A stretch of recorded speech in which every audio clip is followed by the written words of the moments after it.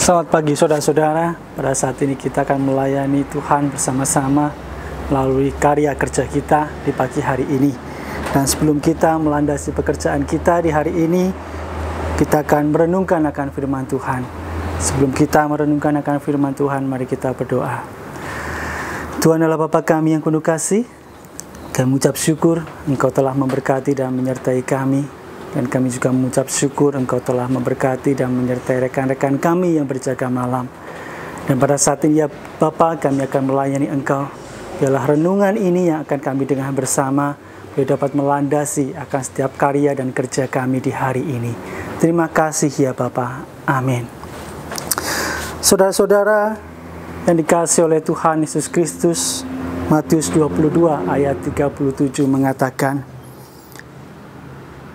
"Kasihilah Tuhan Allahmu dengan segenap hatimu, dan dengan segenap jiwamu, dan dengan segenap akal budimu."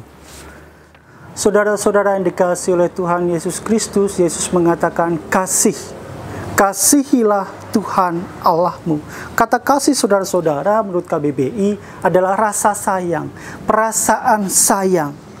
Jadi dipahami pada zaman sekarang adalah sebuah perasaan yang dimiliki oleh seseorang apabila seseorang tersebut memiliki rasa menyayangi. Tetapi saudara-saudara, kasih yang Yesus sebut di sini apakah juga termasuk dalam arti yang demikian? Di dalam Yohanes 14 ayat 21 saudara-saudara dikatakan, "Barang siapa memegang perintahku dan melakukannya, dialah yang mengasihi aku. Dan barang siapa mengasihi aku, ia akan dikasihi oleh Bapa-Ku. Dan aku pun akan mengasihi dia, dan akan menyatakan diriku kepadanya." Oleh karena itu saudara-saudara, mengasihi Allah berarti melakukan apa yang Allah inginkan, yaitu perintah-perintahnya dan kehendaknya. Mengasihi Allah adalah berusaha melakukan apa yang berkenan kepadanya, apa yang menyenangkan hatinya. Tetapi selain itu, Yesus menegaskan saudara-saudara, pada saat seseorang mengasihi Allah, ia harus mengasihinya dengan segenap hati, dengan segenap jiwa, dengan segenap akal budinya. Artinya apa saudara-saudara? Mengasihi Allah dengan hati adalah mengasihi Allah dengan tulus.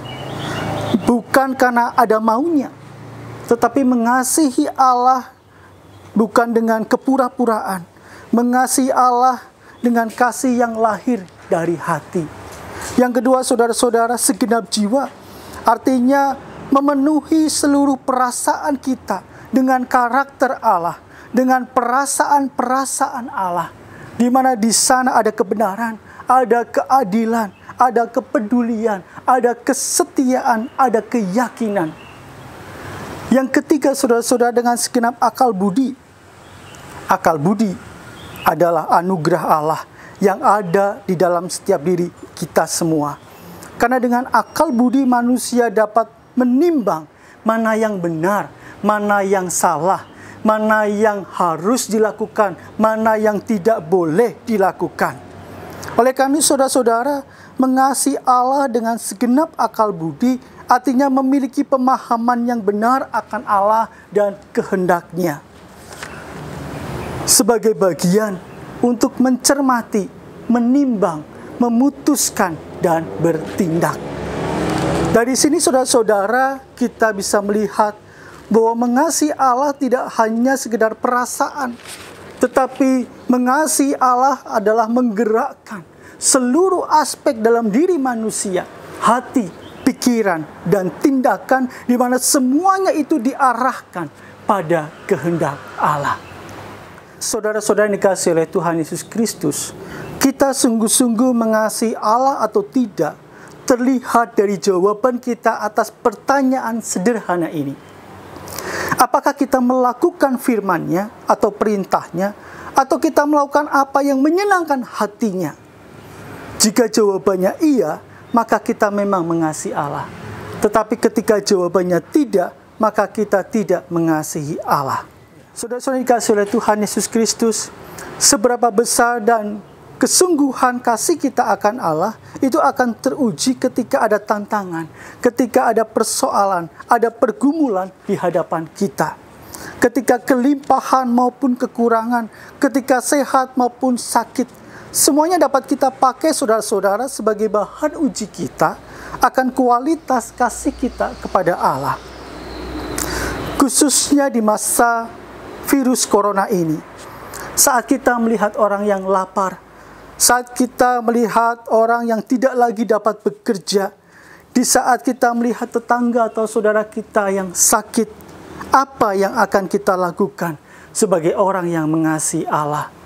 Allah yang kita kasihi adalah Allah yang memelihara, Allah yang penuh kasih, Allah yang peduli terhadap orang-orang yang tersisihkan. Atau mungkin ada yang sedang sakit pada saat ini, yang sedang berkekurangan, yang ada dalam kecemasan. Sikap apa yang akan diambil sebagai orang yang mengasihi Allah? Di mana Allah yang kita kasihi adalah Allah yang setia, Allah yang tidak pernah meninggalkan anak-anaknya, Allah yang ingin anak-anaknya menjadi pribadi yang kuat seperti batu karang. Saudara-saudara yang terkasih, Yakobus 1 ayat 12 mengatakan, berbahagialah orang yang bertahan dalam pencobaan, sebab apabila ia sudah tahan uji, ia akan menerima mahkota kehidupan yang dijanjikan Allah kepada barang siapa yang mengasihi Dia. Selamat melayani. Tuhan memberkati kita sekalian. Mari kita berdoa. Tuhan Bapa kami yang penuh kasih, mampukan kami Tuhan untuk dapat mengasihi Engkau dengan segenap hati kami, segenap jiwa kami dan akal budi kami. Dan biarlah ya Tuhan, ketika kami mengasihi Engkau, itu bukan hanya karena di bibir saja, tetapi kami boleh dapat mewujud nyatakannya di dalam kehidupan kami sehari-hari, membuktikannya bahwa kami betul-betul mengasihi Engkau. Walaupun segala tantangan, segala pergumulan harus kami hadapi, tetapi kasih kami kepada Engkau tidak pernah sirna. Terima kasih ya Bapa. Kami akan melanjutkan pelayanan kami di hari ini. Dan berkatilah kami. Amin.